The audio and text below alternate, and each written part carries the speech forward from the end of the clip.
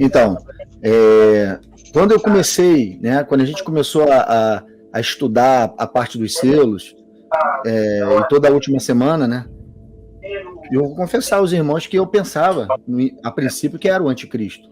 Né, e tem muitos irmãos que acham também que é o anticristo.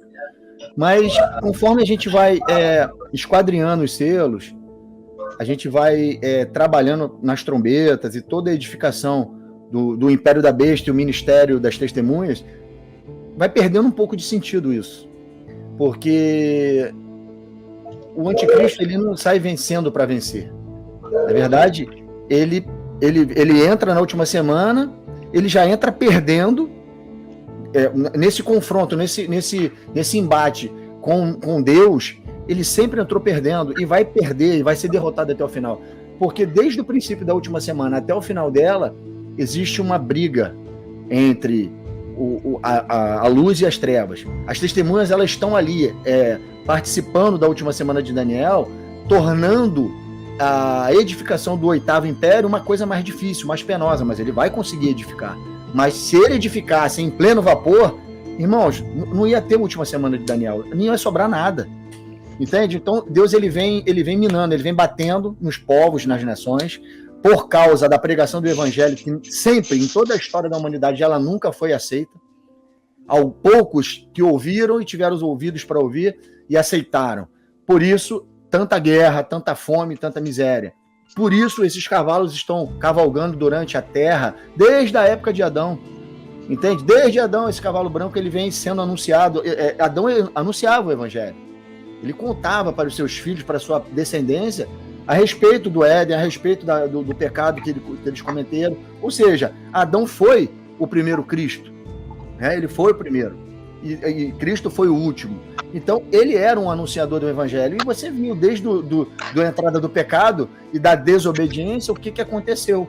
Óbvio que no início não tinha povos, línguas e nações, mas foi crescendo aquilo ali. Eles foram se multiplicando pela terra. E, consequentemente, começou realmente os cavalos a cavalgarem sobre a terra e os impérios, as nações começaram a ser trabalhadas por esses cavalos. Você vê Nimrod, começa Nimrod, a descendência de Noé ali, o império de Nimrod crescendo. Então você já vê ali que começou realmente a cavalgar pela terra esses cavalos. Então, quando eu comecei a pensar sobre isso e ver Apocalipse no final, quando Cristo vem no cavalo branco, aí ele vem vencendo para vencer mesmo, você vê que faz muito mais sentido.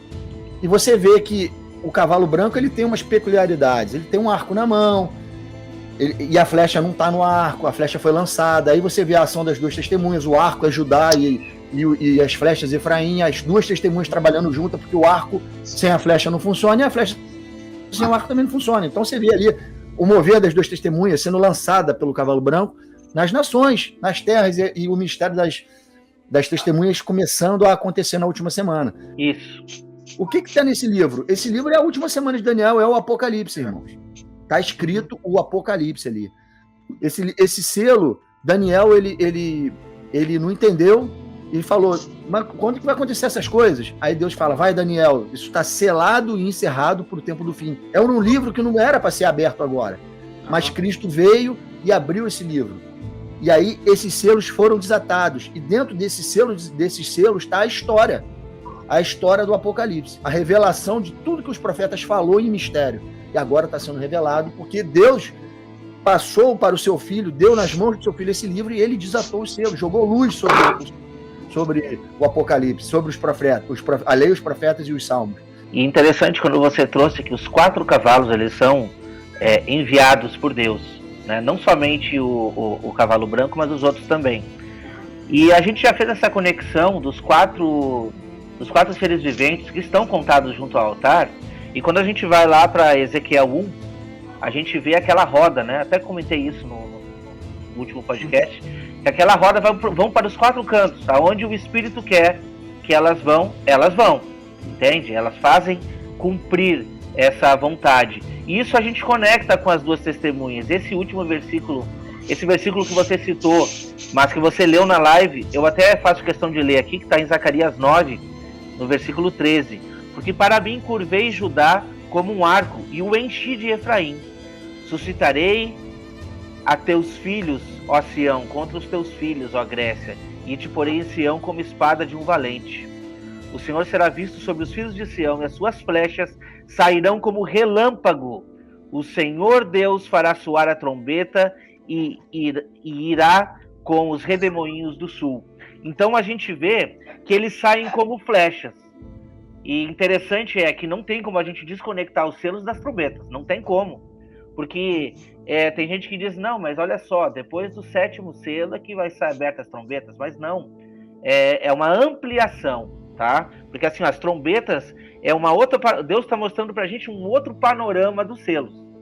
Então é como se fosse assim, olha, vou te mostrar aqui o selamento, mas agora as trombetas vai revelar coisa um pouco mais profunda do que irá acontecer de fato. Quando abriu o 2º selo, ouvi o 2º ser vivente dizendo, vem. E saiu outro cavalo vermelho, e o seu cavaleiro foi-lhe dado tirar a paz da terra, para que os homens se matassem uns aos outros. Também lhe foi dado uma grande espada. Meu irmão Ricardo, o que o irmão pode trazer sobre isso para nós? Maravilha. Bom, o 2º cavalo, eu percebo assim como uma consequência daquilo que aconteceu depois da abertura do 1º selo. O 1º selo, ele está apontando para o ministério das 2 testemunhas, e as 2 testemunhas elas vão percorrer a terra para anunciar a palavra, o evangelho da paz, o evangelho eterno, a sã doutrina. E infelizmente muitos vão resistir, não vão aceitar, muitos vão se rebelar inclusive e confrontar as 2 testemunhas. E tá aí a importância de ter esse posicionamento que o Senhor requer das 2 testemunhas. Um posicionamento, um revestimento, uma entrega, uma renúncia total de toda a sua vida a serviço do reino. Então eu percebo isso quando o pastor Pedro estava falando aí, né? Comecei a meditar acerca da menorá, que nós tratamos aqui nos capítulos 2, capítulo 3, e nós enxergamos na menorá as 2 testemunhas, Esmirna de um lado e Filadélfia de outro. Aí eu percebo o que o Senhor requer e exige de cada um de nós como testemunhas. Quando nós olhamos para a menorá, nós enxergamos aqui, né, na sua estrutura, 9 amêndoas de um lado, 9 amêndoas de outro lado, e a gente consegue conectar, porque a vara de amendoeira que Jeremias segurou, lá em Jeremias 1, né, o Senhor diz, eu velo em cumprir com a minha palavra, né? E o Senhor, cumprindo a sua palavra através das 2 testemunhas, que tem uma estrutura de revestimento, tanto dos 9 dons espirituais, de um lado da menorá, como também dos 9 virtudes do fruto do Espírito. Então é um revestimento espiritual que as 2 testemunhas vão ter nos últimos dias. E aí eu vejo aqui e percebo essas 4 amêndoas da haste central também fazendo uma associação, né, dos 4 querubins que estão diante do trono de Deus. Por quê? Porque nos querubins que sustentam, né, que estão ao redor do trono, né, eles apontam para o agir de Deus através dos 4 seres viventes que vão chamar os 4 cavalos. E aí eu percebo, né, que esse acendimento da menorá, como está na tradição judaica, ele começa o acendimento na haste central, o Espírito do Senhor, que está lá em Isaías 11:2. E aí o acendimento começa na primeira semana, no início da primeira semana, usando as 2 testemunhas, proclamando esse evangelho eterno. E por conta dessa resistência, né, virão as consequências. E a gente consegue conectar que o Senhor está agindo também nesse cavalo vermelho com Zacarias 1, por exemplo. Zacarias 1 tem lá a menção do anjo do Senhor que estava entre as murtas, e ele estava sentado, estava sobre o cavalo vermelho. E aí eles perguntaram para este anjo do Senhor, né? Perguntaram para ele assim, quando é que vai acontecer essas coisas, né? e com grande zelo estou zelando por Jerusalém, e com grandíssima ira estou irado contra as nações, em descanso, porque estando eu um pouco desgostoso, eles auxiliaram no mal. Então, a gente percebe que os 4 seres viventes estão conectados com os 4 cavalos, e os 4 cavalos são os 4 ventos do céu, e são os 4 espíritos que vão agitar o grande mar, e o grande mar, povos, línguas e nações. É um trabalhar do Senhor nesta primeira metade da semana. É uma triagem, né? A gente percebe dessa maneira. Porque com a aprovação do fogo, com o anunciar da palavra de Deus, e muitos vão resistir, virão essas consequências. Mas é necessário que haja essas consequências, para que encontre no coração de cada um o arrependimento. Então, essas consequências são necessárias. E a primeira consequência do cavalo vermelho, né, aponta para a morte. Então, são sinais que virão, por isso que nós precisamos associar com as trombetas, porque as trombetas anunciam, né, esses flagelos, e são flagelos para provocar no coração do homem o lugar de arrependimento. É isso. É para uns arrependimento e para outros guerra. Exato, juízo. Guerra, né? Muitas nações vão se arrepender, vão ouvir os testemunhos, vão começar a se arrepender, né? Mas outras pessoas, outros povos, línguas e nações não vão se arrepender. Quando abriu o terceiro selo, ouvi o terceiro ser vivente dizendo: vem. Então vi, e eis um cavalo preto, o seu cavaleiro com uma balança na mão. E ouvi uma como que voz no meio dos 4 seres viventes dizendo: uma medida de trigo por 1 denário, 3 medidas de cevada por 1 denário, e não danifiqueis o azeite e o vinho. Daí, irmão Pedro. Pô, tem as implicações espirituais, né? Sim. Sobre esse texto. E tem a coisa literal, né? Você vê aí que Deus está sendo zeloso com o alimento, porque tem que sobrar alguma coisa na terra para ele poder prover para o pessoal que está fugindo, né? Tem que ter. Mas para quem não creu na palavra das 2 testemunhas, a comida e a bebida você viu que vai ficar caro, né?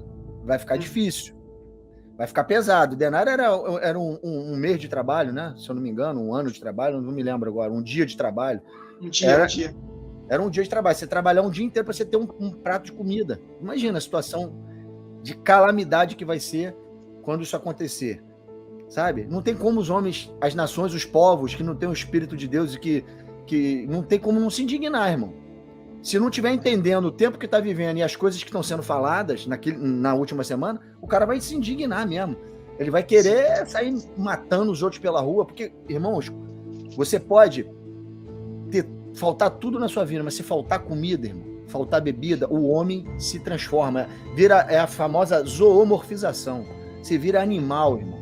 Animal. Quando você chega no extremo da fome, quando você vê seus filhos passando fome, quando você não entende o que está acontecendo na última semana, você sai disposto a matar para trazer comida para dentro de casa. E é o que vai acontecer na última semana, na primeira metade da última semana. Então você vê, Deus está falando desse cavalo, né? Aí você vê já o cavalo preto, o preto fala de fome, e aí conecta com Zacarias 6. Você vê lá os cavalos pretos, mas ali são exércitos, né, também, agitando os mares. E aí foi o que eu estava falando com o Wagner antes. Foi com o Wagner ou com o Ricardo? Eu não me lembro agora. Acho que com os dois. Antes da gente começar a live. O que acontece? Esses cavalos, irmãos, quando você olha para Zacarias e entende o tempo da profecia, o tempo que Zacarias profetizou, Zacarias ele estava falando para o povo que estava acabando de sair do cativeiro babilônico. Judá estava voltando, né? O povo judeu estava voltando para Jerusalém, liberto do cativeiro babilônico, voltando para edificar o templo, para edificar os muros da cidade, aquilo tudo que a gente sabe que está escrito em Esdras e Neemias. Era o período da edificação da casa de Deus. Deus estava libertando o seu povo para edificar a sua casa, construir a sua casa novamente em Jerusalém. E Zacarias está profetizando nesse tempo. Mas quando você olha Zacarias profetizando nesse tempo, falando desses cavalos, que que está agitando as terras, quando você olha para Daniel 7 começa a falar daquelas 4 feras. Se lembra? Do leão, do leopardo, do urso. Você lembra dessas feras? Então, os mares são agitados antes, e aí começam a aparecer essas feras, que a gente sabe muito bem, quando conecta com o Apocalipse 13, se eu não me engano, ou 17, que aquela besta que João viu era semelhante ao leopardo com pé de urso e boca de leão. Você vê que a conexão daquilo ali, de Apocalipse, com Daniel 7, e o que está acontecendo antes dessas feras se levantarem, que tem a aparência desses animais, os mares estavam sendo agitados. E aí você vê o Império Babilônico caindo e entrando no Medo-Persa. Depois do Medo-Persa caindo, entrando no grego. Depois caindo no grego, entrando no romano. E daí, caindo no romano, vai entrar a 7ª cabeça da besta, que é a última semana de Daniel. Então você vê tudo acontecendo novamente. Os animais os cavalos sendo agitados, Zacarias profetizando e não sendo ouvido, Esdras e Neemias, as 2 testemunhas, construindo o templo, a casa de Deus, em meio a tempos muito difíceis, de calamidades. Exatamente tudo acontecendo na última semana de novo. Os cavalos sendo soltos, impérios mudando de mão, a 7ª cabeça passando para o 8º rei. Tudo isso num período em que as 2 testemunhas estão edificando a casa do Senhor. É a plenitude dos tempos ali. E aí, no final de tudo, você vê a casa de Deus sendo edificada novamente, com aquele templo de Ezequiel, com Jesus voltando e o reino milenar sendo estabelecido. De novo, irmãos, você está vendo que é um decalque do tempo que estava acontecendo aquela profecia lá, falando de Zacarias e Daniel, voltando ali para a última semana, de novo, acontecendo novamente, os cavalos sendo soltos, é exatamente a mesma coisa. Amém. Eu fiz uma conexão aqui com uma fala de Jesus lá numa das parábolas do bom semeador. Vocês lembram? E eu não vou trazer todas as citações aqui, mas a partir do versículo 18, tá? Outros são os que recebem a semente entre espinhos, os quais ouvem a palavra, mas os cuidados deste mundo e os enganos das riquezas e as ambições de outras coisas, entretanto, sufocam a palavra e ela fica infrutífera. Os que recebem a semente em boa terra são os que ouvem a palavra e a recebem e dão fruto a 30, outro a 60, outro a 100 por 1. Então, olha só a comparação que a gente faz com essa balança, porque tu está vendo uma balança ali. Uhum. Então, olha o que Jesus está dizendo, no caso, olha que o que João está ouvindo aqui nesse segundo selo, né? 3 medidas de cevada por 1 denário, mas não danifiqueis o azeite e o vinho, deixa lá. Por quê? Porque a gente está vendo uma balança antes. E eu consegui fazer uma conexão com Joel 2, para a gente tratar um pouco desse vinho e desse cereal aqui, né? Joel 2, no versículo 18. Então o Senhor se mostrou zeloso da sua terra e compadeceu do seu povo. E respondeu-lhe e lhe disse: Eis que vos envio o cereal e o vinho e o óleo, e deles sereis fartos. E vos não entregarei mais ao opróbrio entre as nações, mas o exército que vem do norte, eu o removerei para longe de vós. Lançá-lo-ei em uma terra seca e deserta. Olha só. Lançarei a sua vanguarda para o mar oriental e a sua retaguarda para o mar ocidental. Subirá o seu mau cheiro e subirá. Não temas, ó terra, e regozija-se e alegra-te, porque o Senhor faz grandes coisas. O versículo 23 diz assim: Alegra-vos, pois, filhos de Sião, regozijai-vos no Senhor vosso Deus, porque ele vos dará em justa medida a chuva. Fará descer como outrora a chuva temporã e a chuva serôdia. Então é uma balança. A gente está vendo aqui praticamente a fome chegando, né? De um lado, e por outro lado Deus sustentando a sua igreja. E a gente consegue comparar aí com essas últimas chuvas que estão chegando também, e a própria igreja que estará sendo protegida no deserto. Irmão Wagner. Acerca do cavalo preto, até comentei com os irmãos um pouco antes da live. Eu estava voltando do trabalho e dentro do ônibus tive uma percepção muito forte no meu espírito para que possamos enxergar a vida de Elias durante a profecia dos 3 anos e meio sem chuva. E alguns fatos ocorreram aqui que me chamaram muita atenção e até compartilhei com os irmãos, fiquei maravilhado. Então, nós sabemos que Elias profetizou que não chovesse por 3 anos e meio. Tiago 5,17 diz isso. E ele falou aqui, segundo a minha palavra, não vai chover durante 3 anos e meio. Pronto, as 2 testemunhas vão ter poder para fechar os céus para que não chova por 3 anos e meio.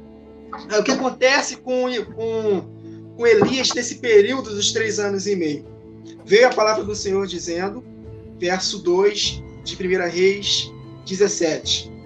Retira daqui, vai para o lado oriental e esconde-te junto à torrente de Querite, fronteira do Jordão. Olha o verso 4. Beberás da torrente e ordenei aos corvos que ali mesmo te sustentem. Ou seja, as 2 testemunhas na primeira metade da última semana será também sustentada miraculosamente por Deus, porque nessa profecia de 3 anos e meio aqui, na primeira metade da última semana, nós vemos Elias, o espírito que estará na igreja também no tempo do fim.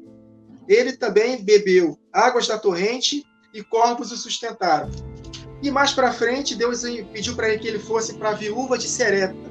E ali, elas tinham um pouquinho só de azeite e de farinha por causa da grande fome que estava na terra. O Senhor Jesus falou em Lucas 4:25 que Elias foi enviado num período de muita fome.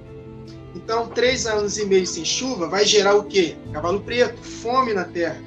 E ele foi para a viúva de Serepta, a viúva o hospedou, deu pão para comer, o bolo, na verdade, né? A farinha, e deu também bebida para ele. E, ao mesmo tempo, o Espírito me fez conectar com as nações que vão ser julgadas no tribunal de Cristo, que vão adentrar o milênio. Por quê? Tive fome, me deste comer. Tive sede, me deste beber. Estava estrangeiro e me hospedaste. Elias era estrangeiro para ela, e ela hospedou Elias. E ela era estrangeira com relação à nação de Israel. Então podemos associar que ela será parte da nação que vai entrar no milênio, sem ser nova criatura. Então ela deu de comer, hospedou Elias, e olha que interessante, milagre aconteceu na vida dela, através da profecia de Elias. Não vai faltar nada para você. De fato, não faltou. E mais para frente, o filho dela vem a óbito. O que ela pede? Para o profeta ressuscitar seu filho. E Elias orou por 3 vezes, e Deus atendeu as orações de Elias e ressuscitou o filho dela. Isso me diz também que as 2 testemunhas não vai só enviar juízo. Ela também vai promover curas, milagres extraordinários para aqueles que derem atenção e se arrependerem com a pregação das testemunhas. A porta da graça, da igreja, o selamento está feito, conforme está escrito em Apocalipse 7, antes do toque das trombetas, o selamento da igreja acaba no início da semana. Então, os povos, as pessoas que derem atenção para a pregação de arrependimento das 2 testemunhas, elas serão poupadas, cuidadas por Deus, para que possam adentrar o milênio e serem protegidos. Então, eu consigo ver também milagres que a igreja vai também fazer em benefício dessas nações. Aí depois, um pouco antes de terminar a profecia dos 3 anos e meio sem chuva, tem o episódio dos 450 profetas de Baal. E o que acontece? Elias mata todos eles. E aí é exatamente o que está escrito em Apocalipse 11:5. Quem quiser fazer mal, é necessário que seja morto. E o interessante é que é no final dos 3 anos e meio que acontece isso. Um pouco mais para frente, as chuvas vêm e acaba a profecia da primeira semana, dos 3 anos e meio sem chuva. Aí logo depois desses 3 anos e meio, Acabe, no verso 19, fez saber a Jezabel tudo quanto Elias tinha feito. Então o espírito do anticristo tomou Jezabel e ela perseguiu e ameaçou Elias. E o que Elias fez? Na segunda metade da última semana, fugiu para a caverna para não ver a morte. Então Elias representa a parte da igreja que não vai ver a morte. E ali ela será protegida ali. E depois, na força daquela comida e bebida sobrenatural, porque no deserto não vai ter shopping, não vai ter mercado para comprar. Então ali Deus vai sustentar como sustentou o povo no Egito. E com a força daquela comida ele vai até o fim da sua jornada. E depois, o que acontece com Elias? Ele é arrebatado numa carruagem de fogo não até o céu, o terceiro céu, mas até o céu, fazendo uma associação para a igreja que será arrebatada até os ares para o encontro com o Senhor. Então, esse desfecho, o que acontece com Elias na primeira metade, é algo maravilhoso. Outra coisa interessante que Deus falou comigo, que as nações que vão adentrar o milênio, elas não vão sustentar, ajudar a igreja com pão, bebida, com hospedagem, com vestes, na segunda metade. Porque para ter esse suprimento, ela vai ter que comprar e vender. Mas na segunda metade, só vai comprar e vender quem tiver a marca. Então elas vão ajudar exatamente na primeira metade da última semana, representada pela viúva de Serepta, né? Então ela vai ser conduzida depois para o deserto junto com a igreja, e lá Deus vai sustentar miraculosamente até a questão do arrebatamento. Quando o cordeiro abriu o quarto selo, ouvi a voz do quarto ser vivente dizendo: vem. Olhei e eis um cavalo amarelo, que na verdade é verde, né? Isso. Olhei e eis um cavalo verde, e o seu cavaleiro sendo esse chamado Morte, e o inferno o estava seguindo. E foi-lhes dada autoridade sobre a quarta parte da terra para matar a espada, pela fome, com a mortandade e por meio das feras da terra. Quem quer trazer alguma coisa aí sobre esse? Eu quero ver a cor do cavalo, né? A cor do cavalo é verde. Qual é a cor da bandeira do Islã, hein? Pois triste, né?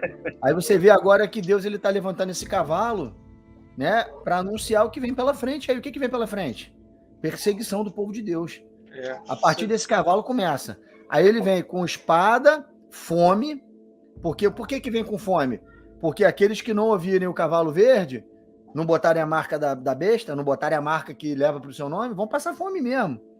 Mortandade, porque ele vai perseguir para matar, por meio de feras da terra.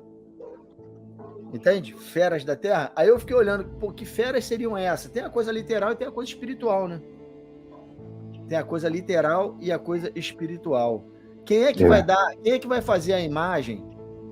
Quem vai mandar fazer a imagem da besta, que da voz dessa imagem vai dar o direito de matar? Quem é que vai mandar fazer? A besta da terra. Ou não é? A fera da terra, a besta do sul, o falso profeta. Não é ele que manda fazer a imagem, dessa imagem que recebe fôlego de vida, que saia o direito de matar, a ordem para matar ou não matar? Tu tá entendendo o que tá por trás disso aqui? Cara, isso me veio na cabeça agora, lendo esse texto. Você acabou de ler, eu meditei nesse texto aqui. Eu nunca tinha lido dessa forma. Mas quando você vê que ele dá por meio das feras da terra, você vê que existem falsos profetas que vêm da terra. É a besta da terra. E é a besta da terra que manda fazer uma imagem que lembra a besta do mar. E essa imagem recebe um fôlego de vida e até tem poder, voz, para mandar controlar quem morre e quem não morre. Tá vendo aí? Por trás desse cavalo verde? É isso aí. Interessante, é isso aí. Eu posso só falar algo bem rápido? Que eu associei aqui por que o Senhor colocou em ordem os quatro seres viventes? Tinha um propósito. Então eu comecei a meditar nisso. O primeiro, ele era o rosto de leão. Então por isso que ele anuncia o primeiro selo e com rugido ele chama as duas testemunhas. E aí vem o novilho, depois o rosto de homem. E aí, o quarto animal, na sequência de Apocalipse 4, verso 7, tem a aparência de uma águia voando. E isso aponta para o quarto selo, né, onde nesse período, que aponta na metade da semana, é o período onde vai encerrar o ministério das duas testemunhas, é o momento do Senhor levar o teu povo com asas de águia para o deserto. Então eu consegui fazer essa conexão aí. E a gente já olhou que são duas asas da grande águia? Por que Deus estaria dando essa informação? Duas asas da grande águia. Será que ninguém sabe que a águia tem duas grandes asas? Por que ele estaria falando duas? Né? Por quê? Exatamente. Então é isso, sabe? O Senhor já planejando, né? E nós percebemos aqui que toda palavra, mesmo que ela seja sutil aqui, ela tem uma mensagem profunda para nos ensinar. é um guia, é um manual de sobrevivência, é um manual, né, para que possamos aí usar nos últimos dias, e muitos vão acompanhar as duas testemunhas, né? As duas testemunhas apontam também para aqueles sábios que ensinarão a muitos, e por conta disso, muitos serão, né, alcançados com misericórdia com a palavra de sabedoria da boca deles. Então, essa questão da águia voando, apontando para o Senhor, conduzindo o teu povo para o deserto, é muito importante. E nós estamos tratando aqui, irmãos, da questão da primeira metade da semana. Isso aponta para o avivamento, a realidade do último e grande avivamento. Então, para muitos isso parece estranho, mas é a realidade, é a obra do Senhor nos últimos dias. Amém. Amém. Irmão Wagner, quer trazer alguma coisa? Só para completar, acerca desse quarto selo, desse cavalo verde, está dizendo aqui que ele será chamado Morte, e o Hades o seguia. Isso diz também que ele vai matar as testemunhas, a parte das testemunhas que não vai para o deserto, irmão Ricardo. A parte que vai morrer. Isso. Tanto que no verso 9, no quinto selo, quando ele abriu o quinto selo, vi debaixo do altar as almas dos que tinham sido mortos por causa da palavra. Então, de fato, Deus dando vitória para as testemunhas. Por que vitória para as testemunhas? Porque em Apocalipse 2, 12 e 11 está escrito lá: eles o venceram pela palavra do testemunho, pelo sangue do Cordeiro, e mesmo em face da morte não amaram suas próprias vidas. Então, eles venceram, e está conectado com o cavalo branco. Eles foram vitoriosos para vencer, porque é Jesus Cristo enviando as suas testemunhas, vitoriosas e para vencer. Amém. É exatamente isso. Lá no livro de Apocalipse, capítulo 1, no verso 9, João vai falar, né? É realmente uma situação semelhante a essa. Olha, eu estava na ilha de Pátimo, aonde eu fui levado por causa do testemunho de Jesus e por causa da palavra de Deus. E toda vez que o Apocalipse quer mostrar algo relacionado à morte dos santos, sempre vai estar trabalhando com a palavra testemunho, né? Eles sustentaram o testemunho, por isso morreram, ou venceram a besta por causa do testemunho e por causa da palavra de Deus. Então, esses dois elementos, testemunho e palavra de Deus, eles estão contidos lá nos evangelhos, nas cartas paulinas, você vai encontrar muito isso, né? Testemunho de Jesus, quem tem a fé em Jesus, quem guarda os mandamentos, quem obedece os mandamentos. Então o Apocalipse quer nos mostrar, ele não quer esconder, ele quer nos mostrar de que esse grupo de pessoas que morreram, que estão debaixo do altar clamando, essas pessoas sustentaram um testemunho. E o testemunho está relacionado com a palavra de Deus, de pessoas que estão ligadas a Jesus Cristo. Então não tem como você desmembrar. Olha, a igreja tem o testemunho de Jesus, a igreja é santa, a igreja é fiel, a igreja obedece a Jesus. Só que na grande tribulação a igreja não pode estar dando testemunho de Jesus, porque a igreja não está mais aqui. Então, infelizmente, nós temos sim uma multidão esmagadora de irmãos ainda que tem esse pensamento, essa tendência em crer, né? Inclusive, né, no livro do Apocalipse, eles vão pular uma parte do livro, né? Chega no capítulo 4, eles vão direto lá para o 19, né? Porque do 4 até o 19 não aparece a palavra igreja, né? Mas aparece a palavra santos, né? É importante destacar a palavra santos, porque lá no livro de Daniel é falado, né, que os santos do Altíssimo estavam sendo prejudicados, magoados, sofrendo na mão da besta, até que veio o ancião de dia e faz justiça aos santos do Altíssimo. A mesma expressão que o livro do Apocalipse vai mostrar em vários momentos, que os santos que tem o testemunho de Jesus, é os santos que guardam os mandamentos, são os santos que têm a fé em Jesus e são firmes, né? São perseverantes.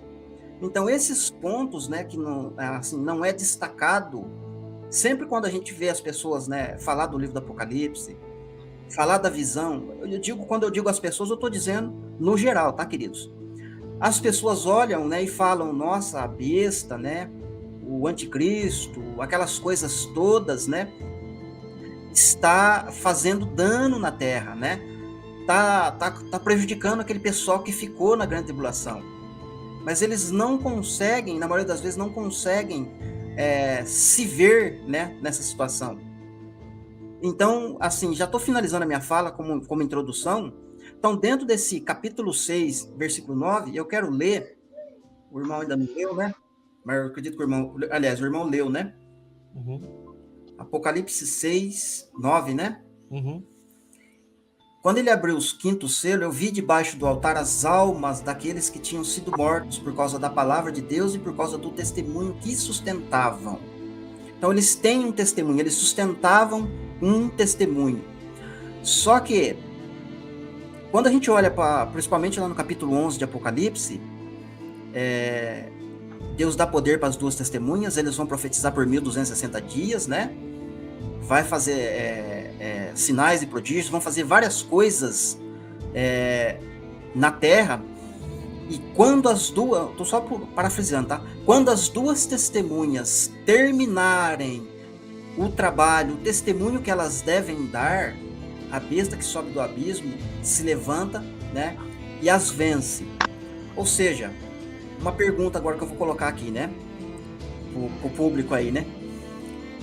Se a besta vai se levantar para fazer guerra contra as duas testemunhas, né? Se a gente for visualizar como Moisés e Elias, ou como Moisés e Enoque, eu não sei qual, como se fosse duas pessoas, por que ao decorrer do livro do Apocalipse, quando vai destrinchar, vai esmiuçar em detalhes esses eventos, por que o livro não fala, olha, aquelas duas pessoas, né, estão sofrendo na mão, essas duas pessoas sustentaram, que nem a gente leu aqui, ó, essas pessoas que estão mortas debaixo do altar sustentaram o testemunho de Jesus. Aquelas duas testemunhas de Apocalipse 11 sustentaram a palavra, tiveram um testemunho, né? Então a gente não vai conseguir enxergar, ler no livro, na sequência, essa expressão, como sendo assim, só duas pessoas, né? A mesma coisa eu digo lá no livro de Daniel. Você não vai encontrar duas pessoas sofrendo na mão da besta lá. Lá tem uma besta com 10 chifres, né? Uhum. 10 chifres e persegue os santos. No livro do Apocalipse ela tem 10 chifres, só que ela tem 7 cabeças, né? É a única diferença. É porque passou o tempo. Mas é o mesmo animal, é a mesma situação, né? Então, finalizando mesmo agora aqui minha fala, eu só quis fazer esse contraste, essas comparações, e antes da gente adentrar mais profundamente aí nos pontos, né? É que não existe explicações, nem nos profetas, nem no Apocalipse, como sendo só duas pessoas fazendo sinais na terra e a besta pelejando contra duas pessoas. Sempre você vai ter um grupo de pessoas, tanto no livro de Daniel quanto no livro do Apocalipse. Amém? Amém, meu irmão. Muito bem colocado. Irmão Ricardo, o que traz para nós aí? Vamos lá. Interessante, né? As almas que clamavam debaixo do altar, nós precisamos ter o entendimento do santuário, ter o entendimento do tabernáculo, que o Senhor, né, colocou, instituiu para Moisés, e Moisés, né, instruiu todo o povo acerca do tabernáculo. Então, no final da live, eu acho que dá para colocar um link aí a respeito da imagem que nós trabalhamos. Nós íamos compartilhar aqui na live, mas eu creio que depois da live, eu acho que dá para colocar alguns links, e aí nós vamos compartilhar a imagem com os irmãos que estão assistindo. Então, o tabernáculo é muito importante para termos esse entendimento de que altar ele está sendo tratado aqui na abertura do quinto selo. A palavra altar no grego aqui é tusiasteron. E esse altar é o altar de sacrifício lá do átrio do tabernáculo. Então, nós precisamos ter esse entendimento que o átrio, onde ali estão os elementos de bronze, os elementos feitos, no caso do altar de sacrifício, com madeira de acácia revestida de bronze, apontando para o átrio, e o átrio ele vai tipificar nessa visão do tabernáculo celestial a região terrena, o nosso ambiente terreno. por isso que as almas clamavam debaixo do altar. E debaixo da terra nós temos uma região no qual no Antigo Testamento é chamado de Sheol e no Novo Testamento, no grego, é chamado de Hades.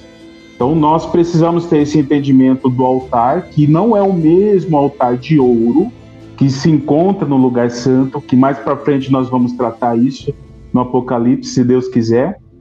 Não é o altar de ouro, não é o altar de incenso, é o altar de bronze que aponta para a terra. E essas almas que clamam debaixo do altar, debaixo da terra, apontam para a região do mundo dos mortos. Nós chamamos de Sheol, também nós chamamos de Hades. Essas almas dos mártires, por que mártires? Porque eles sustentaram durante as suas vidas a palavra de Deus através do seu testemunho. E a palavra testemunha aqui, no grego, é martúria. Martúria, ele é derivado de martus, e martus, do grego, ele significa testemunhas. Por isso que o Senhor vai esclarecer no próprio livro de Apocalipse que teriam que concluir o número dos conservos, daqueles que teriam que morrer por testemunho. Ou seja, ainda haviam testemunhas que deveriam ser mortas pela causa do Evangelho para se ajuntar a essas almas que já clamavam nesta região do mundo dos mortos. E conservo na palavra que em grego é sundoulos, ou seja, pessoas que exercem o mesmo ministério. Por isso que testemunho aponta para testemunhas. Se nós analisarmos mais a fundo no livro de Apocalipse, nós vamos perceber que o anjo vai falar com João, quando João, no capítulo 19 e também no capítulo 22, João ele se ajoelha para adorar o anjo. E o anjo ele vai repreender João falando: olha, não se faz assim, pois eu sou conservo de ti. Ou seja, o anjo, que significa mensageiro, estava mostrando para João: João, eu sou mensageiro, igual você, que também é mensageiro do Evangelho. Não faça isso, adore a Deus. Então nós precisamos entender esses detalhes para chegarmos aí do que significa essas palavras mencionadas, principalmente aqui na abertura do quinto selo. Amém, exatamente. Olhei e eis um grande tremor na terra, né? Essa parte do sexto selo, né? Gente, antes de começar a falar ali sobre sinais, o irmão deixou claro ali que Mateus 24 fala sobre os sinais da vinda que antecedem a vinda de Jesus, né? Os discípulos perguntaram: quais são os sinais da tua vinda? Jesus fala de muitas coisas, mas os sinais que ele diz assim, ó, isso aqui é a última gota, é o que vai acontecer. São esses sinais, no sol, na lua, nas estrelas, no mar e tudo mais. Antes de falar de algumas coisas, eu queria só comentar aqui, ó, que existe um sinal que ele antecede o sol e a lua, que é o tremor na terra. Ou, como algumas bíblias diz, ela fala sobre um grande terremoto. E eu separei aqui alguns textos, porque a gente vai perceber algo que eu acho interessante, irmãos. Que essa questão de tremor ou terremoto é algo que sempre aconteceu quando houve uma manifestação de Deus. Um exemplo que a gente tem é justamente lá no Monte Sinai, no Êxodo, quando Deus desce no Êxodo no terceiro dia. Olha aqui a tipificação, né? A Bíblia diz que quando Moisés faz uma aliança, no terceiro dia, Deus ele vai selar essa aliança e ele vai descer no Monte Sinai. É uma figura que aponta para a segunda vinda de Cristo também. No início do terceiro dia, nós vamos ver a glória de Deus descendo. E quando Deus desce no Monte Sinai, nós vemos que há muitas coisas. Há ali fumega, Deus manifesta a sua presença, há uma glória e há tremor de terra. E muitas pessoas ficam apavoradas com a presença de Deus. Literalmente, essa palavra, eles ficam amedrontados com a presença de Deus. Para muitas pessoas que não estavam preparadas, aquela visão foi terrível. O autor de Hebreus diz que foi terrível, ao ponto de muitas pessoas se assustarem. Só que isso é interessante porque a gente vai ver lá na frente que vai voltar a acontecer no tempo do fim. A manifestação da presença de Deus é gloriosa para quem está preparado, para quem o aguarda. Mas para quem estiver despreparado vai ser algo terrível, ao ponto de muitas pessoas se assustarem, não quererem ficar perto. E lá em Moisés aconteceu uma coisa tremenda. A Bíblia diz que o monte tremia. Você vê que quando Jesus vem, Jesus, ele, no dia que ele vai ser crucificado, a Bíblia diz que o céu escureceu e houve um grande terremoto. No dia que Jesus ressuscita, a Bíblia diz que houve outro grande terremoto. Quando Jesus vier na sua segunda vinda, irmãos, aqui a gente falou da primeira, quando Jesus vier na sua segunda vinda, a Bíblia declara que haverá um grande terremoto como nunca houve e nunca mais haverá. Então nós vemos que existe uma certa manifestação da presença de Deus que ela justamente vai tratar dessa questão. Um terremoto que precede a vinda do Senhor, ou que pelo menos acompanha a chegada da manifestação dele. Quando a gente fala da sexta trombeta, talvez uma das coisas que os irmãos, do sexto selo, eu diria aqui, ó, no sexto selo existe aquilo que a gente chama de um terremoto. Eu até escrevi aqui, ó, um terremoto acontecendo. Que esse terremoto ele aparece várias vezes no livro do Apocalipse. Só que esse terremoto ele vai aparecer em alguns lugares. Olha só que interessante. Ele vai aparecer aqui no capítulo em que as duas testemunhas elas estão ressuscitando. Quando as duas testemunhas ressuscitam, a Bíblia diz que há um grande terremoto. Logo em seguida, a gente lê no capítulo 11 que há o toque da sétima trombeta e aparece a Arca da Aliança. Quando diz que isso acontece, diz que houve vozes, trovões, relâmpagos e um grande terremoto, de novo, né? Se vocês continuarem lendo, esse terremoto aparece, se eu não me engano, entre 7 a 8 vezes no Apocalipse. Lá na sétima taça, de novo, vocês vão ver o relato de um grande terremoto. Por que eu quis mostrar isso?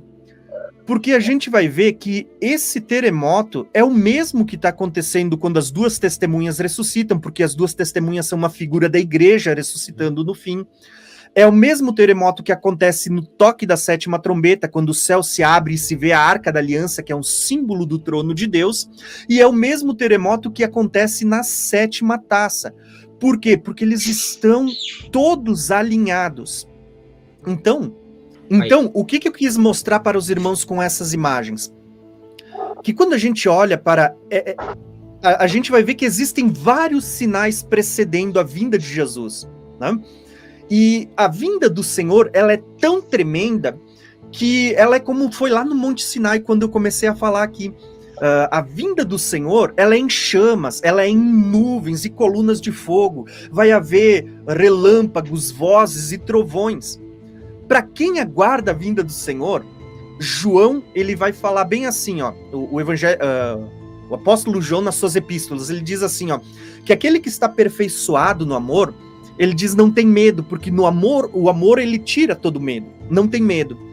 E ele diz que nós devemos estar aperfeiçoado no amor para que quando ele se manifestar a gente não se envergonhe, a gente não se afaste. Sabe, por que eu falo isso, irmãos? Porque a vinda do Senhor, ela é um evento glorioso para a igreja, para quem está preparado, para quem está desperto, mas para a maioria daqueles que são ímpios e daqueles que um dia sendo igreja, mas estão dormindo, são nécios, vai ser um dia terrível. Vai ser um dia, como a gente vai ler daqui a pouco, onde as pessoas vão ter tanto medo que elas vão se esconder nas cavernas, que elas vão gritar, escondendo-nos da face daquele que está sentado no trono. Por que todas as coisas estão escurecendo? Por que toda a natureza está nesta situação, irmãos? A Bíblia diz assim que a mesma natureza, lá na queda, na queda do homem, no princípio, ela foi afetada. E existe um detalhe, eu separei os textos aqui, mas agora eu já passei eles para baixo, aonde mostra que Deus ele vai desembainhar a sua espada e ele vai começar o juízo pelas regiões celestiais. Isso porque a Bíblia vai mostrar que existem principados e potestades que atuam nas regiões celestiais. E, então você vê que tanto as regiões celestiais serão afetadas como a terra. Há um juízo acontecendo. E aí nós vamos ver uma questão de que mesmo a própria natureza, ela aguarda a redenção dos filhos de Deus, e ela também precisa ser redimida. Então você vê que muitas coisas elas vão sofrer também um juízo da parte de Deus. Quando a gente fala do sol, da lua e das estrelas, a Bíblia diz que ali no sexto selo, que o sol ele ficou negro como quem coloca um silício negro, né? Isso era uma espécie de um saco preto feito com pelos de cabra. É como se Deus estivesse dizendo, eu vou botar um saco, eu vou cobrir para que ele não dê a sua claridade. A lua tornando-se vermelha como sangue, as estrelas caindo do céu. Aqui existe uma questão polêmica até bem interessante, né, se são meteoritos ou se são estrelas mesmo, por causa da sua dimensão, mas é uma questão para a gente tratar quando tiver mais tempo, né? Mas o que eu quero falar sobre isso? Por que tudo isso está acontecendo? Para que naquele dia, existe até os profetas falando sobre isso, eu tinha separado aqui, diz que naquele dia será dia de negridão, dia de trevas, e naquele dia só o Senhor será exaltado. Por que o texto está falando que só o Senhor será exaltado? E por que a Bíblia diz que a vinda do Senhor ela será um evento visível que todas as nações verão? Porque aquele dia vai estar tão escuro, o sol não deu a sua luz, a lua está vermelha, as estrelas que brilham no céu estão se foram. Aí, quando você tem esse cenário de escuridão, tudo escuro, você consegue compreender a mensagem de Jesus em Mateus 24, quando ele diz que a vinda dele é como um relâmpago, que se mostra, né? Que se mostra. Por que se mostra? Porque quando o relâmpago ele dá o seu clarão no meio de uma noite densa, o que aparece? É só o relâmpago que brilha. A vinda do Senhor, a Bíblia diz assim, que ele virá na glória do seu Pai junto com os anjos. Quando a Bíblia diz que as nações verão Jesus vindo em glória, a palavra glória é resplandecer.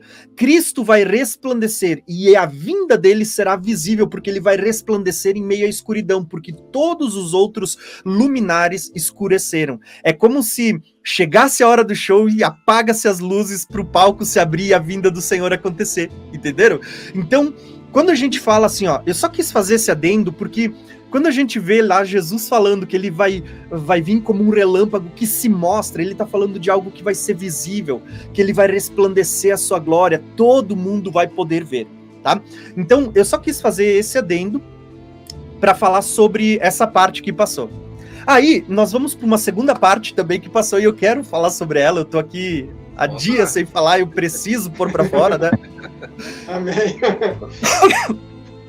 Que assim, ó, irmãos, quando a gente olha para essa segunda questão agora, que é as estrelas caem do céu sobre a terra como figos lançados da figueira, quando ele é abalado por um forte vento.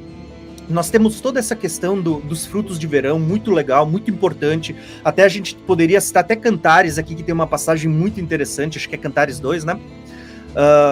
Mas o que eu quero citar aqui? Que essa passagem que João cita, falando sobre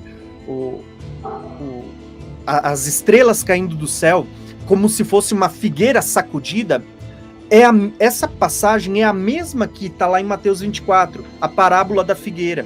Quando vocês virem a figueira florescendo, eis que está próximo o verão, né?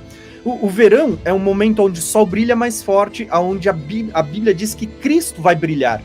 Mas só que essa passagem, ela não é só conectada à parábola da figueira que Jesus falou ali como sinal da sua vinda, que muitos alegam que isso aponta para Israel florescendo em 1948, em 1964 ou 67, né? Enfim. 67. Isso aí, né? Não é só isso, tá? Embora sim, Israel é uma das figuras que aponta para Israel seja a figueira. Mas isso não está falando só de Israel, irmãos. Quando a Bíblia fala da parábola da figueira, você vê que aqui no Apocalipse, que é uma revelação dada por Jesus, a figueira que é as estrelas caindo do céu. Não está falando de Israel aqui. E se vocês olharem, esse texto ele vem muito antes das palavras de Jesus.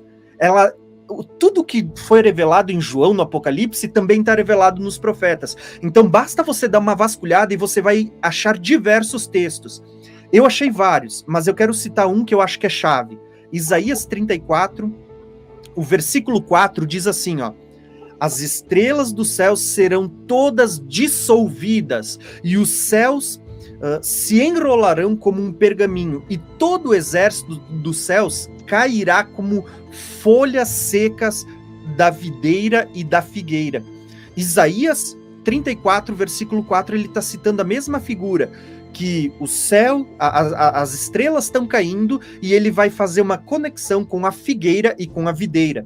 Até teve o irmão que citou Lucas diz assim, na parábola da figueira, né, quando a figueira e todas as árvores, né? Então você vê que existe toda essa figura, tá? Então, eu só quis citar isso para mostrar que existe conexão com tudo que a gente está falando, tudo que foi profetizado, existe um link nos profetas que a gente poderia procurar com mais tempo, e a gente encontraria todas essas coisas, tá? Mas, sim, agora concluindo a minha fala, agora sim eu quero falar então sobre o que o irmão falou, que era o céu retirou-se como um livro enrolado, né? Então, agora, eu gastei tudo isso só para matar minha vontade de falar. Mas agora eu queria falar sobre isso, tá? Essa questão de o céu retirou-se como um livro que se enrola, ela... para vocês entenderem, para quem está nos acompanhando de casa, a Bíblia ela vai trazer uma figura como se Deus tivesse criado a terra e tivesse vestido a terra com firmamento, como se fosse roupas, como se fossem vestimentas. Essa é uma linguagem bíblica, né? Como se Deus estivesse estendido uma roupa, ou como se Deus estivesse estendido um rolo aberto. E a criação é como se fosse a história nesse rolo aberto. Beleza. São duas figuras diferentes. A história de um rolo aberto e a história de como se fossem roupas. Só que em toda a palavra, desde o Velho Testamento, você pode olhar na lei, nos salmos, nos profetas, e inclusive quando você vem no Testamento essas coisas são repetidas, Deus está anunciando que ele não só vai fazer novos céus e nova terra, vai fazer todas essas coisas, como ele está anunciando que ele vai trocar a roupagem dessa terra que a gente vive hoje. Então a gente vai encontrar lá nos... Eu vou citar Salmos, mas vocês vão ver que isso está no Velho e no Novo Testamento. Eu quero intercalar alguns textos. Aonde que você vê isso escrito, irmãos, que o céu se recolheu como um pergaminho?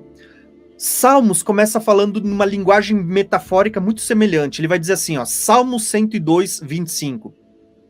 No princípio, firmastes os fundamentos da terra, e os céus são as obras das tuas mãos.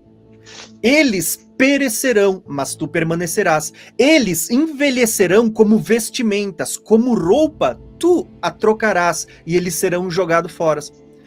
O que o salmista está dizendo? Que os céus ele envelhecerão e que o Senhor trocará eles como roupas. Entende? Então o que está acontecendo aqui no sexto selo? Deus está rompendo ele e Deus vai trocar, Deus vai fazer novos céus. Esses céus serão refeitos por ocasião da vinda do Senhor. O autor de Hebreus 1:10, ele vai citar esse mesmo salmo, ele vai citar a mesma coisa, vocês podem conferir em casa, né? Mas, deixa eu só achar aqui o texto, que eu acho que deve ser em Isaías, onde ele vai usar essa mesma figura. Isaías, ele está dizendo que Deus, ele vai trocar como um pergaminho. Aqui, Isaías 34:4, o texto que eu tinha lido primeiro, tá? Eu separei vários, porque tem várias vezes essa linguagem repetindo, mas eu vou citar um. Isaías 34:4 diz assim, ó, as estrelas do céu serão todas dissolvidas, e os céus se enrolarão como um pergaminho. Olha só, e o exército dos céus cairá como folhas de uma videira e de uma figueira. Por que Isaías está usando essa figura? Eu citei a figura de uma roupa, como se o céu envelhecesse como uma roupa e ela vai ser trocada, mas tem essa figura do pergaminho. Quando você olha o pergaminho se enrolando, existem duas figuras. A que você começa a desenrolar ele de um lado, lembra aquele rolo de pergaminho que os judeus carregam com a Torá, com a lei, enfim? É mais ou menos essa ideia. Só que aqui fala de um pergaminho como se esse pergaminho ele tivesse se rasgado ao meio e se enrolasse um para cada lado, ambos os lados. Então, na vinda do Senhor, é isso que está acontecendo. É como se chegasse ao final de um ciclo, encerrou-se todas as profecias, né? É que nem Daniel lá fala, né, que no final dessas coisas cumprir-se-ão algumas maravilhas, né? quando chegar ao final das 70 semanas. É como se agora tivesse chegado ao final de um ciclo e cumpriu-se tudo. Aquele pergaminho se rasga no meio e agora a gente vai ver a descida. E é por isso que daqui a pouco, quando a gente for ler, dizendo assim, que as pessoas estão se escondendo nas cavernas porque elas olham para cima e elas veem o trono de Deus e veem a ira do Cordeiro, as pessoas estão olhando para cima e estão vendo por quê? Porque os céus foram descortinados. Não existe mais nada tapando para que a gente deixe de ver o que está acima de nós. As pessoas vão ver os céus abertos e aí a glória de Deus se manifestando. E quando o céu se abre, na primeira vez o céu se abriu para Cristo subir, agora o céu se abre para ele voltar. Gente, isso é tremendo demais, tá?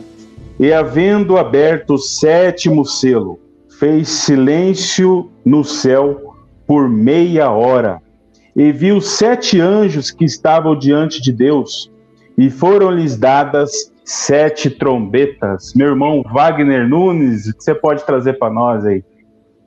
Amém. É importante nós compreendermos que o livro selado de 7 selos, Jesus, a cada selo que ele vai abrindo, ele vai nos contando o que vai acontecer na última semana. Na verdade, o livro selado de 7 selos fala o que vai acontecer na última semana que vai anteceder a volta de Jesus. E, obviamente, falando também sobre a volta de Jesus. Recapitulando, o primeiro selo é Cristo enviando suas testemunhas, vitorioso para vencer. Depois, o segundo selo, que é o cavalo vermelho, tirar a paz da terra. Jesus disse que não veio trazer paz, mas sim espada. E no terceiro selo, fome. Tudo consequências da ação das 2 testemunhas. E depois, o quarto selo, que é verde. Aí vem o anticristo, manifesta, mata as testemunhas. Quinto selo, o que acontece com as testemunhas. O sexto selo, os sinais da vinda de Jesus e, consequentemente, a vinda de Jesus. Então, nós precisamos compreender que o livro selado de 7 selos, ele não é um evento, as trombetas outro evento, as taças outro evento. São eventos paralelos. Então, quando é aberto quando é tocado as trombetas, podemos dizer assim, é o zoom do livro selado de 7 selos. E quando é aberta depois as 7 taças é o zoom da grande tribulação que vai acontecer com os marcados, referente às últimas 3 trombetas. Nós precisamos compreender esse detalhe que é muito importante. E quando houve um silêncio no céu, o pastor Pedro, eu assisti ontem e hoje, assisti umas 3 vezes um vídeo que ele deixou, que está no canal dele, Se você não pôde assistir, é só clicar lá, canal ID, Silêncio no Céu, se eu não me engano. Acho que esse é o título. Vamos deixar aqui embaixo também, irmão Wagner, depois isso. Os irmãos poderem assistir. Vai deixar aqui. Pode deixar, isso aí. Eu nunca ouvi ninguém falando sobre Silêncio no Céu. Ele foi o único que eu ouvi explicando, e foi uma explicação assim maravilhosa. A conexão que ele fez com as muralhas de Jericó, meus irmãos, foi tremendo. Amém. E exatamente, eu gostaria de ler com os irmãos esse evento. Para quem não sabe, Jericó tipifica o milênio. É o repouso sabático que nos resta. A terra prometida para a igreja é exatamente o milênio, a Jericó. Então nós precisamos conectar com os eventos que aconteceram nessa questão das muralhas. Antes deles cercarem as muralhas, foram enviados 2 espias, tipificando as 2 testemunhas, e pregou o evangelho para Raabe e toda a sua família. Raabe foi salva porque respondeu, e a sua família tipificam as nações que entrarão no milênio. E tendo esse entendimento, quando nós lemos aqui Josué, capítulo 6, vamos ler aqui a partir do verso 1, para compreendermos esse silêncio no céu. Esse silêncio tipifica o dia da expiação. Se nós conectarmos com Levíticos 23, se eu não me engano, é 23 ou 25, acho que é 23, lá fala sobre o dia da expiação, e nós vemos lá que nenhuma obra servil a igreja deve fazer, ou seja, haverá um determinado silêncio para a igreja, porque ali é um dia de preparação. E o que está acontecendo aqui antes das muralhas de Jericó caírem é exatamente esse silêncio. Vamos ler? Capítulo 6 de Josué, verso 1. Ora, Jericó estava rigorosamente fechada por causa dos filhos de Israel. Ninguém saía nem entrava. Então disse o Senhor a Josué: olha, entregarei na tua mão Jericó, o seu rei e os seus valentes. Olha aí, o seu rei, anticristo, os seus valentes, os marcados. Nós vamos possuir a terra por herança. Vamos conectando. Vós, pois, todos os homens de guerra, rodeareis a cidade, cercando-a uma vez. Assim fareis por 6 dias, conectando com 6 dias de trabalho. Ou seja, um dia para o Senhor como 1000 anos como um dia. Então, 6.000 anos de trabalho para que no 7º milênio nós possuamos a terra por herança. Vamos conectando. 7 sacerdotes levarão 7 trombetas. As 7 trombetas que os anjos recebem em Apocalipse, que mais para frente nós vamos meditar. De chifre de carneiro, ou seja, do jubileu, adiante da arca. No 7º dia, Deus concluirá a sua obra através de nós, conosco. No 7º dia, rodeareis a cidade 7 vezes, e os sacerdotes tocarão as trombetas. Vamos pular aqui para o verso 8, para ganharmos tempo. Depois os irmãos leem em casa o capítulo todo. Assim foi, verso 8, que como Josué dissera ao povo, os 7 sacerdotes com as 7 trombetas de chifre de carneiro diante do Senhor passaram a tocar as trombetas. Olha aí, tudo conectado com as 7 trombetas de Apocalipse. E a arca da aliança do Senhor os seguia. A arca tipifica o trono de Deus. Quantos lembram que nós meditamos sobre os 4 seres viventes, os 24 anciãos, que são literais, que apontam para a igreja. Nós estamos diante do trono do Senhor, em total comunhão, cheio do Espírito. Verso 9. Os homens armados iam adiante dos sacerdotes que tocavam as trombetas. A retaguarda seguia após a arca, e as trombetas soavam continuamente. Agora, olha o detalhe no verso 10, conectando com o silêncio, que lemos aqui de Apocalipse 8:1. Porém, ao povo ordenava Josué. Josué é uma tipificação de Cristo. Então, Cristo ordenando para nós, enviando as testemunhas, estando conosco, dizendo, não gritareis, olha o detalhe, não gritareis, nem fareis ouvir a vossa voz, nem sairá palavra alguma da vossa boca. Houve um silêncio. Até ao dia em que eu vos diga, gritai, então gritareis. Então as conexões são tremendas com o dia da expiação. E o que vai suceder? Depois que Jesus Cristo sair do o nosso sumo sacerdote, sair do Santo dos Santos para expiar os nossos pecados, vai haver de fato o grito.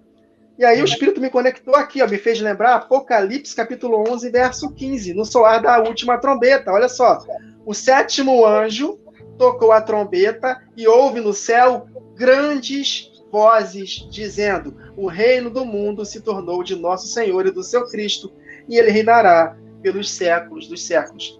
Tomaremos posse da nossa Jericó.